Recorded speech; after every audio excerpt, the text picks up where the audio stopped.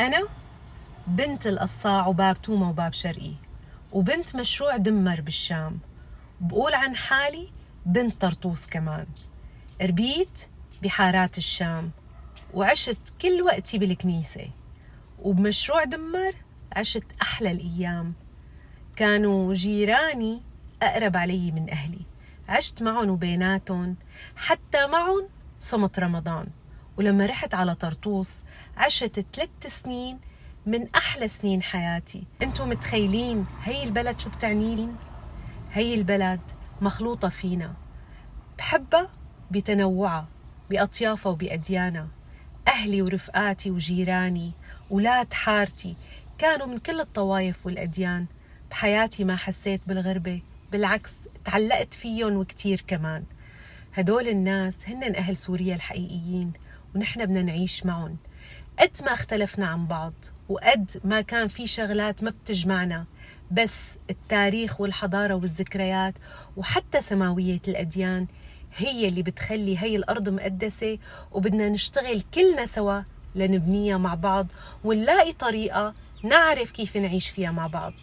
سوريا إلنا كلنا بكل أطيافنا وأدياننا، ما حدا أحسن من حدا ولا حدا أفضلية على حدا إلا بمحبته لهالبلد وبالشي اللي عم يقدمه لناسها ولأهلها. سوريا بحاجة لكل أطيافها وأديانها، لكل مكوناتها ولكل شعبها لحتى يرجع يبنيها.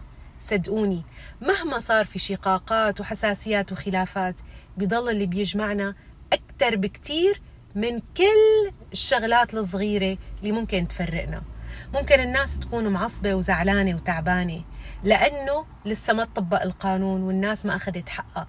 هذا الشيء عم يزيد الاحتقان والضغط، ولكن نحن بدنا نشتغل لحتى نبني حريات صح، لحتى نبني قانون صح ونطبقه صح، ويكون دستور بيجمع كل الناس بالعدالة والحرية والكرامة. بدنا نحترم بعض مهما اختلفنا، وبدنا نقبل بعض مهما اختلفنا، وبدنا نلاقي طريقة نعيش فيها مع بعض مهما اختلفنا. مو المهم إنه نحب بعض ونعجب ببعض، ولكن نحن قدرنا إنه نعيش مع بعض، وهذا الشيء واجبنا كلنا سوا إنه نلاقي الطريقة الصح لنقدر نعيش فيها بكل محبة وكل احترام. كل إنسان يعيش حريته طالما إنه ما عم يأذي غيره، وكل إنسان يعيش بكرامة وياخد حقه من كل حدا أذاه كمان. بلدنا مجروحة وشعبنا تعبان من قلة القانون ومن كمية الظلم والاضطهاد اللي تعرض له بال15 سنة الماضية.